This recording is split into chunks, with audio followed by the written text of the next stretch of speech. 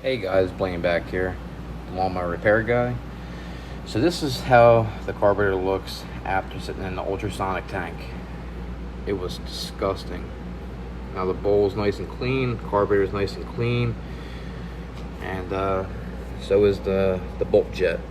So here's the parts I'm going to replace.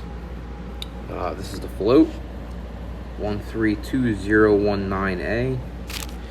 The main jet, 640080, and the float bowl repair kit, well, rebuild kit, which is 63121B.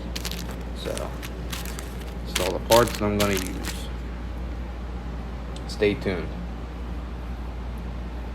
Please subscribe and give us a like if you like the content that you see. Thanks.